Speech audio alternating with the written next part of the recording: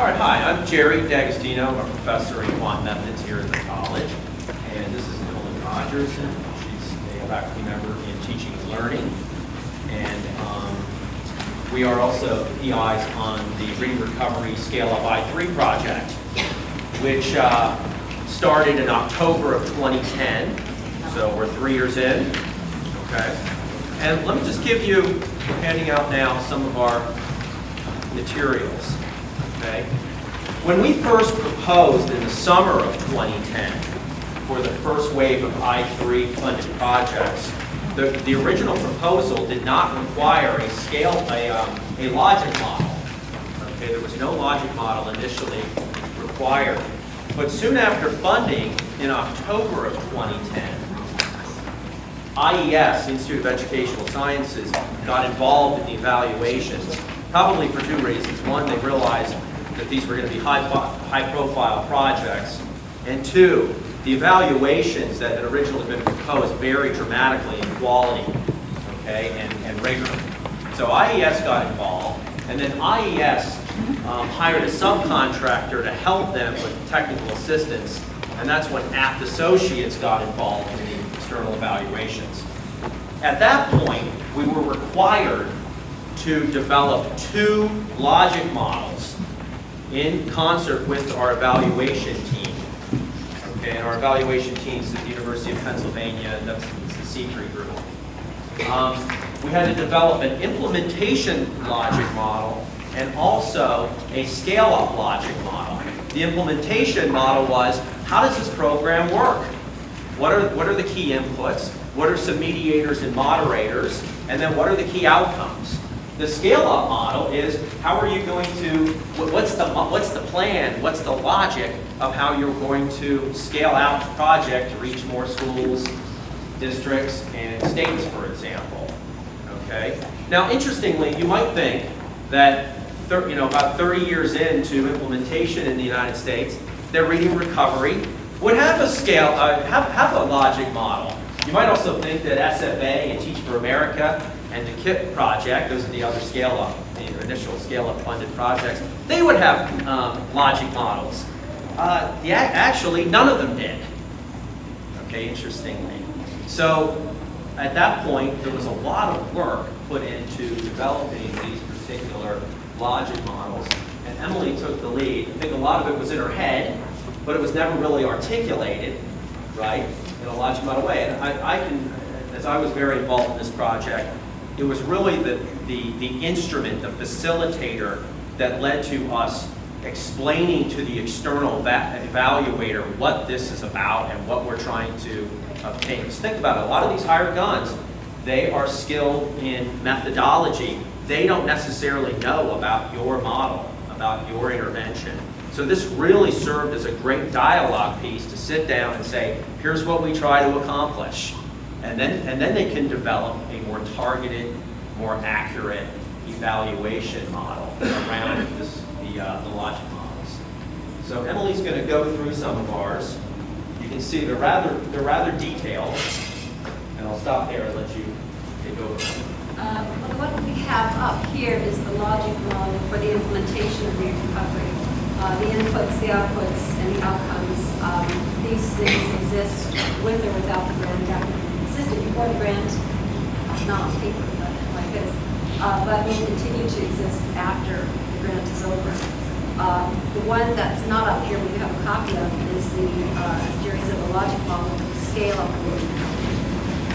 What's different, I think that we would like to add to the presentations that you've already heard about how to construct logic models. I think what you'll see that's a little different on ours is that, well, one is that at the bottom you'll notice of both models, we identified moderators and we also identified assumptions, and we found them very helpful. Moderators are variables that facilitate or hinder the relationship between the inputs and the outcomes. So in other words, once we put together the model, here are the things we want to accomplish, with the scale up, with the implementation, here are the things Reading Recovery accomplishes. Once we identify that, and the inputs, who's going to do what, we thought about, well, what are the things that might happen? What are the things that exist that might actually facilitate or hinder some of these things happening? So for example, on the scale of one, you'll see recruitment and retention of reading recovery students, teachers, teacher leaders in schools. So our success in that, in achieving that, and having that input set up and achieving the outcome would depend upon how well we recruit the students. Alignment of priorities between our scale up and implementation of reading recovery with fidelity to our standards. We knew that that was something that's important, but that it could also hinder or facilitate our reaching our outcomes. So just thinking about, we even have here too as well, stability of the leadership in universities. In other words, the faculty at our 18 university partners working on this, whether or not they were stable, whether or not their centers could be successful, all of that would influence the outcomes at the end. So identifying moderators, I think, is really helpful and important. And the other thing we identified as well were our assumptions. I think that our assumptions are essentially that. I mean, they're assertions that inform this model. Why do we think these relationships are going to work? What assumptions are we built on? So for each model, you'll see we've identified, in some cases, evidence-based statements that support our thinking for why these outcomes might occur when you have these inputs. I think that those kinds of statements would really help to external evaluators as well. Something different on our logic model from the example you've seen are the arrows. We worked a long time on those arrows. And sometimes I stop at like arrows in models, theoretical models about the reading process. Or just make them all bi-directional and let's go home, And just see if you can smack down there without a lot of thought. A lot of thought went into these, and they're actually very, very important and very helpful. We have to think about, for example, on the scale-up model, if you look at that. On the input side, in the scale-up model, these are the inputs that exist for the scale-up of the project. You can identify the input side for different sources of technical expertise. Our external evaluator, the Consortium for Policy Research and Education, CPRE, they're part of the input and part of the input. Jerry and I, sometimes known as the I3 team at OSU. Yeah, we have it's a huge branch with small but mighty group of people working on these outcomes at OSU. Leadership of the North American Trainers Group. Those are the other faculty, like the Reading Recovery faculty center here at OSU, at the 18 other partner universities. And a final source of expertise from the teacher leaders who we prepare at the regional training sites who actually train the teachers. Now, so you have 4 sources of technical expertise. Who does what? At OSU I3, would we be responsible for helping to recruit students and recruit teachers? No, we're not. We decided we weren't going to do that because in our logic model, the implementation of reading recovery, the work that goes on all the time, that kind of effort is ongoing and directed by the faculty at the universities. So you'll see, you look down to training and resources from the university partners. Their work has to do with recruitment, has to do with training of their parent-teacher leaders, and so forth. So the arrows actually have been very helpful to us, and sometimes we've even gone back to the arrows to say, are we giving input to the faculty partners? Who's responsible for what? Are they giving us input? Yeah. Are we going to them for technical expertise? Yeah, I think that's what Belinda was pointing out too, that this also helps lead into the management plan in terms of, divvying up who's responsible for what in your grand scheme of things. And because it does show, these relationships between, human inputs and outcomes. All right, so what's this here? Well, and so this is extra as well. This is the theory of action that informs the models. I think all logic models are probably informed by some theory of action. How, what is it we think is happening for these things to occur? What's important?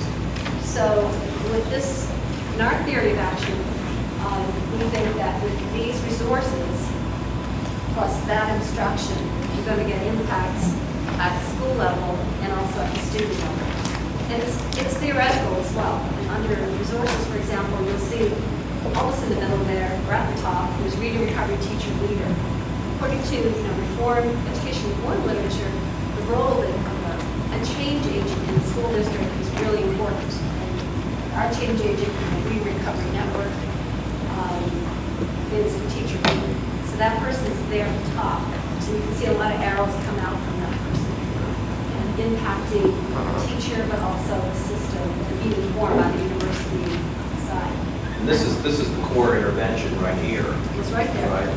So we can even make that more molecular and talk more about what is the theory of emerging literacy that the intervention is based on. You want to try, I mean, if you have the theory, you want to try to articulate it in your models. I gather one knock against a lot of logic models is they're overly mechanical and they're kind of they're black box like. There's just inputs and outputs.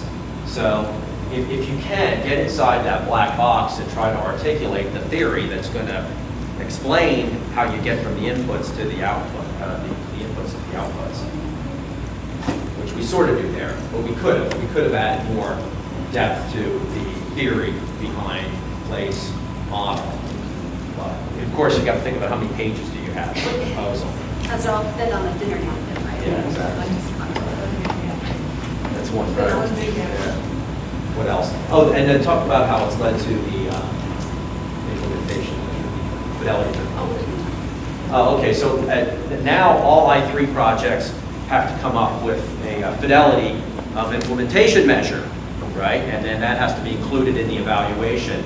So the logic model also served as, the implementation one served as really the foundation that led to our measure, which we didn't bring with us, our Fidelity measure. If you want to see it, we'll show it to you. But, right, I mean, we started with this when we said you need a Fidelity measure now, let's go to the model. This became really the agreement on what we're going to do. Yeah. And who's going to do it? And who's going to do it? Anything else to say? We're under time. Yeah, you have 4 minutes. We'll do some, any questions?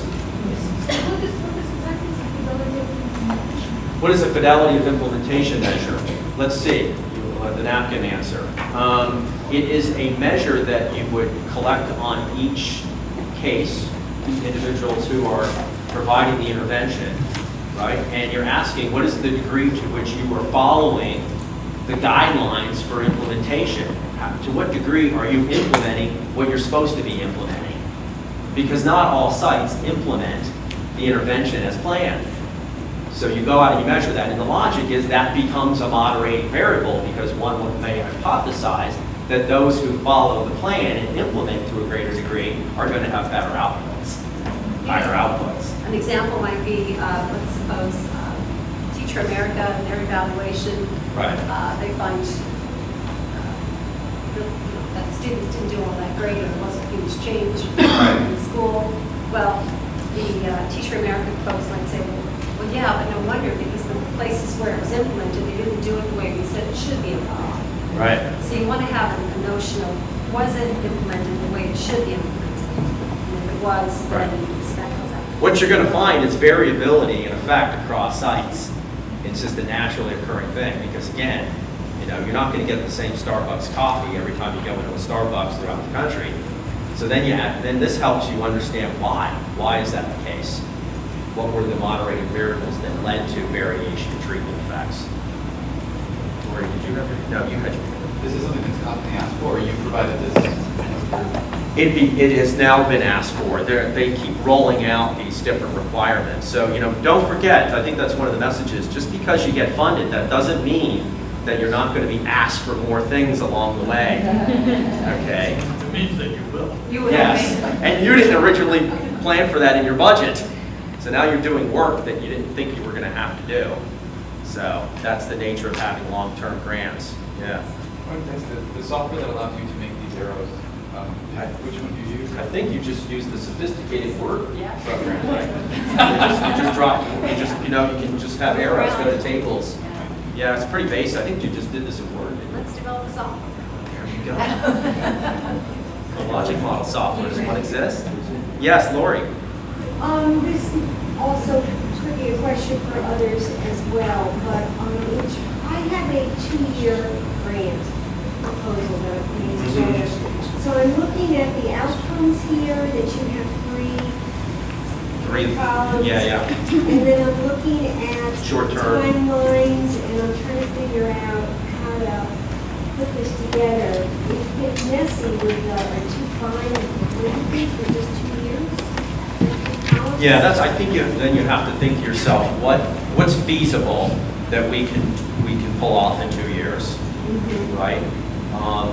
The long-term ones, they could go beyond the grant period. I mean, they could be more like hypothetical.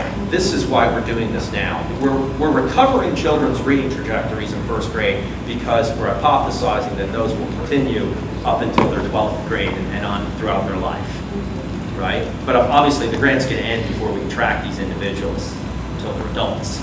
It's more of a hypothetical. So you have to decide if you want to put that in, or the drawback would be you may confuse reviewers and saying, wait a minute, they're going to try to measure long-term goals? How are they going to do this in a 2-year grant? So you have to be very clear that those are long-term hypotheticals that are going to extend beyond the grant period. So your timeline doesn't seem to be in some of these proposals. You have No. a little timeline, so that's a separate, you've got the logic model, and then you have a timeline somewhere else. Yeah. Logic models aren't necessarily schedules, time schedules. They're more theoretical. They're more, here's how this works. Here's the action plan about what we're going to bring to the table resource-wise and how it's going to be transformed into these outcomes. So it's not, you could put time in there if you wanted to, if you could articulate it. But these kind of transcend time, don't they? Well, in the scale-up logic model, the most specificity we have is in year 1, we're going to do this, and by year 5, we're going to do this, and year 5 is essentially our project goals.